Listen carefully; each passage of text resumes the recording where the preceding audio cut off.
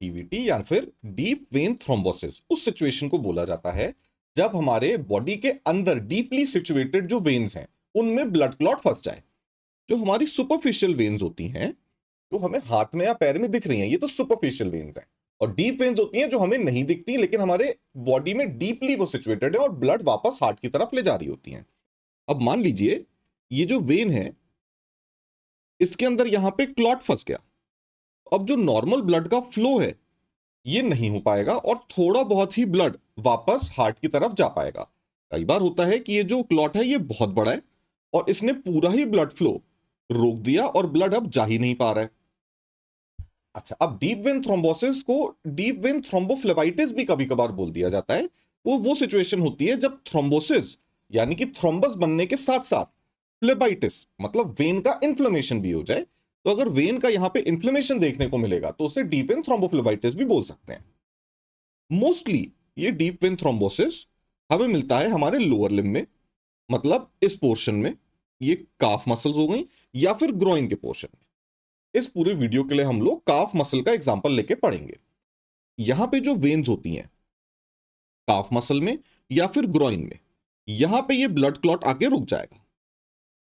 अब जो नॉर्मली हमारा सर्कुलेशन चलता है कि हार्ट से ब्लड पूरी बॉडी में जा रहा है और ये ब्लड वापस हार्ट में आता है। अगर यहां पे ब्लड क्लॉट है तो इस पूरे लोअर लिम्ब का ब्लड अब नहीं आ पा रहा। ब्लड पहुंच रहा है लेकिन ये वापस नहीं आ सकता। इसलिए नहीं आ सकता क्योंकि ये जो वेन है जहां से वापस ये ऊपर जा रहा है हार्ट की तरफ, उस वेन में क्लॉट बैठा हुआ है।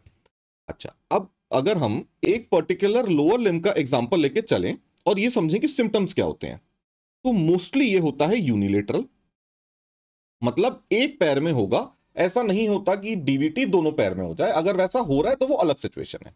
मोस्टली डीवीटी होता है एक पैर में। और जो सिम्टम्स हैं वो होते हैं, सबसे पहली चीज तो पेशेंट को पेन होगा या फिर टेंडरनेस होगी। पेन का मतलब पेशेंट खुद ही बोलेगा दर्द हो रहा, टेंडरनेस मतलब अगर आप इस पैर के काफ मसल्स को दबाएंगे तो पेशेंट कंप्लेंट करेगा कि मुझे दर्द हो रहा है। इसके अलावा पेशेंट को मिलेगा स्वेलिंग। स्वेलिंग होना बहुत लॉजिकल है कि ब्लड वापस नहीं जा पा रहा तो कहीं ना कहीं तो ये ब्लड रुकेगा। तो जहां पे क्लॉट है उसके नीचे ये ब्लड रुकेगा और उसके नीचे स्वेलिंग मिलेगी। इसके ऊपर का तो ब्लड जो है वो आराम से वापस हार्ट तक जाता जाएगा। स्वेलिंग मिलेगी और ये एरिया हो जाएगा वार्म, मतलब ये एरिया नॉर्मल जो बॉडी टेम्परेचर है उससे थोड़ा ज्यादा गर्म मिलेगा। इन सब सिम्टम्स के अलावा एक और साइन की हमेशा बात करी जाती है जिसका नाम होता है हुमैन्स साइन। ह्यूमन साइन में अगर आप एक पेशेंट को बेड पे लिटा दें और उसके पैर को डॉर्सी फ्लेक्स करें, मतलब इस डायरेक्शन में इस पैर को आप मोड़ें, पेशेंट खुद नहीं मोड़ेगा, आप पकड़ के ये पैर मोड़ेंगे इस डायरेक्शन में और ये पैर ऐसा मोड़ लेंगे, तो ये जो काफ मसल्स हैं जहां पे डीवीटी है यहां पे पेशेंट को पेन होगा।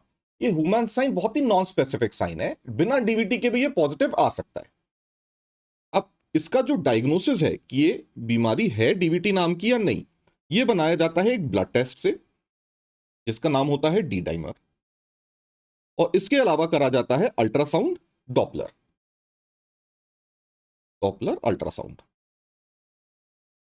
डॉपलर अल्ट्रासाउंड में स्पेसिफिकली कहां पे क्लॉट है और कितना ब्लड फ्लो कॉम्प्रोमाइज हो रहा है, ये दोनों चीजें हमें पता चल सकती हैं। अब डॉपलर अल्ट्रासाउंड ऑफ लेग के बाद अगर हमने डायग्नोसिस बना लिया कि पेशेंट को डीवीटी है तो उसका मैनेजमेंट, ये टोटल 10 प्रिंसिपल्स होते हैं जो आपको पता होनी चाहिए। पहली चीज तो एलिवेशन करना होता है जो भी अफेक्टेड लिम्ब है, और एलिवेट कितना करना है, हार्ट के लेवल के ऊपर करना है। अगर पेशेंट लेटा है तो हार्ट जिस लेवल पे है उसके ऊपर इस लिम्ब को ले जाना है।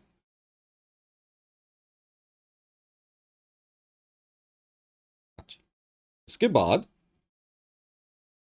अगली चीज आती है कि पेशेंट को मना करना है कि इस पैर का मसाज ना करवाएं। मोस्टली इंडियन कल्चर में ये होता है, अगर पैर में दर्द है तो किसी बुजुर्ग को पैर में दर्द है तो बच्चे पैर दबाने लगते हैं। अब अगर ये दर्द डीवीटी की वजह से है तो इस पैर की मसाज नहीं करेंगे। मसाज करने का एक डिसएडवांटेज होता है कि ये जो अंदर क्लॉट है, आपने अगर जोर से दबा के उसको डिसलॉज कर दिया तो वो क्लॉट जाके कहीं भी जाके फंस जाएगा। मोस्टली ये पल्मोनरी सर्कुलेशन में फंसता है और पल्मोनरी एम्बोलिज्म कर देता है, जो कि लाइफ थ्रेटनिंग सिचुएशन है और उसमें सडन रिस्क ऑफ डेथ बढ़ जाता है पेशेंट का। इसलिए मसाज करना स्ट्रिक्टली मना होता है। अब इसके अलावा पेशेंट को पहनाया जाता है एंटी एम्बोलिज्म स्टॉकिंग। जो एंटी एम्बोलिज्म स्टॉकिंग है ये वीनस रिटर्न बढ़ाता है। मतलब अब ये जो पैर है इसके अगर ऊपर आपने ऐसी एक स्टॉकिंग पहना दी, स्टॉकिंग मतलब ये मोजे जैसा होता है, जुराब जैसा होता है, तो ये जो वीनस सर्कुलेशन है इसको प्रमोट करेगा कि जो ब्लड है वो हार्ट के डायरेक्शन में मूव करे। तो ये एंटी एम्बोलिज्म स्टॉकिंग पहनाया जाता है पेशेंट को। इसके अलावा वार्म एंड मॉइस्ट कंप्रेसेस करे जाते हैं। जब जब भी डीवीटी है पेशेंट को तो वो कितना स्वेलिंग इंप्रूव कर रहा है या नहीं कर रहा है, स्वेलिंग बढ़ तो नहीं रहा, उसको भी नापना जरूरी है। तो जो सर्कमफ्रेंस है अफेक्टेड लिम्ब की वो बार बार नापी जाती है, पीरियोडिकली वो नापी जाती है। तो हमें करना है measure and record circumference of thigh and calves. जहां पे भी एम्बोलिज्म है, अगर थाई में है तो थाई का, और काफ में है तो काफ मसल्स का सर्कमफ्रेंस हमें मेजर भी करना है और उसको रिकॉर्ड करना है, यानी कि उसको डॉक्यूमेंट करना है कि किस दिन कितने बजे कितना सर्कमफ्रेंस मिल रहा है। इसके अलावा जो लाइफ थ्रेटनिंग सिचुएशन है यानी कि पल्मोनरी एम्बोलिज्म, उसके साइंस देखने हैं। तो मॉनिटर करना है for shortness of breath and chest pain. ये दोनों चेस्ट पेन और शॉर्टनेस ऑफ ब्रेथ हमें मिलेंगे अगर पल्मोनरी एम्बोलिज्म हो रहा है।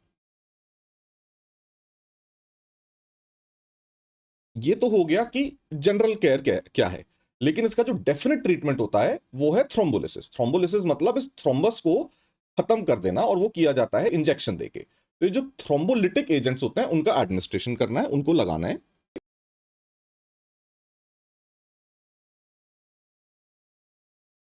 ये जो थ्रोम्बोलिटिक एजेंट्स होते हैं इन्हें बोला जाता है TPS.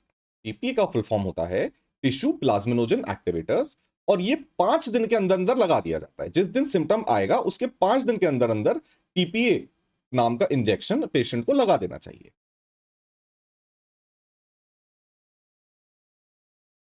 Tissue plasminogen activators within 5 days of onset of symptoms. इन टीपीए को लगाने के अलावा पेशेंट को हेपरिन दी जाती है।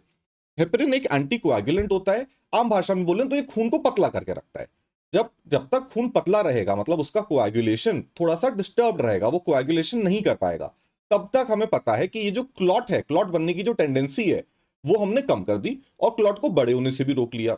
लेकिन हेपरिन के साथ ही साथ हमें करना होता है मॉनिटर एपीटीटी। ये एक ब्लड टेस्ट होता है जो हम देख मॉनिटर करते हैं ताकि ऐसा ना हो खून बहुत ज्यादा पतला हो गया, यानी कि हमने कोएगुलेशन इतना ज्यादा बिगाड़ दिया कि अब कहीं से हम ब्लीडिंग शुरू कर दें। जब हेपरिन की थेरेपी खत्म हो जाती है और पेशेंट इंप्रूव कर जाता है, उसके बाद दी जाती है गोली वॉरफरिन।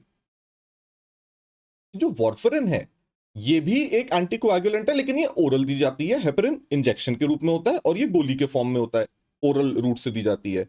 ये जो वॉरफरिन है इसको देने के टाइम पे हमें मॉनिटर करना पड़ता है पेशेंट का पीटीआईएनआर। ये भी एक ब्लड टेस्ट है। एपीटीटी और पीटीआईएनआर ये दोनों कोएगुलेशन प्रोफाइल के ही पार्ट होते हैं। ये और ये कोएगुलेशन प्रोफाइल के पार्ट होते हैं। और इसमें हम जब भी एंटी कोएगुलेंट दे रहे होते हैं, मतलब हमें पेशेंट का कोएगुलेशन, क्लॉट बनने की टेंडेंसी कम करना है, तो ये भी मॉनिटर करना होता है कि कहीं पेशेंट को ब्लीडिंग के चांसेस हम नहीं बढ़ा रहे। इसलिए ये दोनों ब्लड टेस्ट करे जाते हैं। इंजेक्शन दें हॉस्पिटल में एडमिट करके, या फिर घर भेज दिया पेशेंट को डिस्चार्ज करके, उसके बाद गोली दे। और लास्ट जो हमें चीज पेशेंट को समझानी और एजुकेट करना है वो होता है, जब आप ये मेडिसिन ले रहे हैं, स्पेशली जब आप घर पे ये मेडिसिन ले रहे हैं, पेशेंट वॉरफरिन अगर ले रहे हैं, तो वॉच करना होता है ब्लीडिंग के लिए कि पेशेंट ऐसा ना हो कि एक चीज का इलाज कराने आए और उसके साइड इफेक्ट की वजह से कोई और उसको नई बीमारी हो जाए, यानी कि ब्रेन में या किसी भी और बॉडी पार्ट में ब्लीडिंग हो जाए। ब्लीडिंग मोस्टली पेशेंट्स को पेट में होती है, तो उनका जो स्टूल है वो कलर ब्लैक हो जाता है। या फिर अगर पेशेंट को हेमोरॉइड्स है यानी कि पाइल्स है तो फ्रेश ब्लीडिंग भी हो सकती है। और किसी भी पार्ट से बॉडी के ब्लीडिंग अगर हो रही है तो वो पेशेंट को आइडियली हॉस्पिटल आके रिपोर्ट करना चाहिए और अपनी कोएगुलेशन प्रोफाइल पूरी रिपीट करानी चाहिए।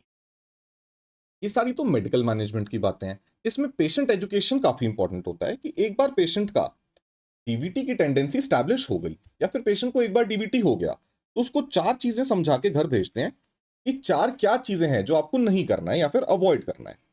तो पहला तो हो गया प्रोलॉन्ग्ड स्टैंडिंग, बहुत ज्यादा देर तक खड़े नहीं रहेंगे। प्रोलॉन्ग्ड सिटिंग, एक जगह बहुत देर तक बैठे नहीं रहेंगे। क्रॉस्ड लेग सिटिंग, मतलब पैर के ऊपर पैर रख के नहीं बैठेंगे। प्रोलॉन्ग स्टैंडिंग से मतलब होता है अगर किसी की ड्यूटी ही है, कोई वॉचमैन है, तो वो एक जगह तैनात है, एक जगह खड़ा हुआ है, तो उसको इंस्ट्रक्शन होते हैं कि आप हर थोड़ी देर में वॉक करिए या फिर टहलिए। प्रोलॉन्ग सिटिंग में भी यही होता है कि कोई ऑफिस जाने वाला आदमी है, वो ऑफिस में बैठ के काम करता है, तो उसको ये एडवाइस होता है कि हर एक घंटे में, अगर एक घंटे तक अगर आप बैठे हैं, तो हर 10-15-20 मिनट में उठ के 1-2 मिनट के लिए वॉक कर लें। क्रॉस लेग्स मतलब पैर के ऊपर पैर रख के नहीं बैठना है, और इसके अलावा सबसे इंपॉर्टेंट चीज, कंस्ट्रिक्टिव क्लोथिंग नहीं पहनना है। कंस्ट्रिक्टिव क्लोथिंग से मतलब होता है कि अगर कोई पेशेंट बेल्ट पहने और बेल्ट बहुत टाइट बांध ले, तो ये जो ब्लड का फ्लो है दोनों पैर से हार्ट की तरफ, ये रिस्ट्रिक्ट हो जाएगा, ये कम हो जाएगा, और डीवीटी होने के चांसेस बढ़ जाएंगे। सेम चीज अगर कोई सॉक्स पहने और उसका इलास्टिक बहुत टाइट है, तो भी सेम सिचुएशन बनेगी कि ब्लड का जो फ्लो है वो रिस्ट्रिक्ट हो जाएगा और ब्लड फ्लो प्रॉपरली नहीं कर पाएगा, टाइट या फिर कंस्ट्रक्टिव क्लोथिंग की वजह से। इन पेशेंट्स को ये चार चीजें हैं जो अवॉइड करनी होती है।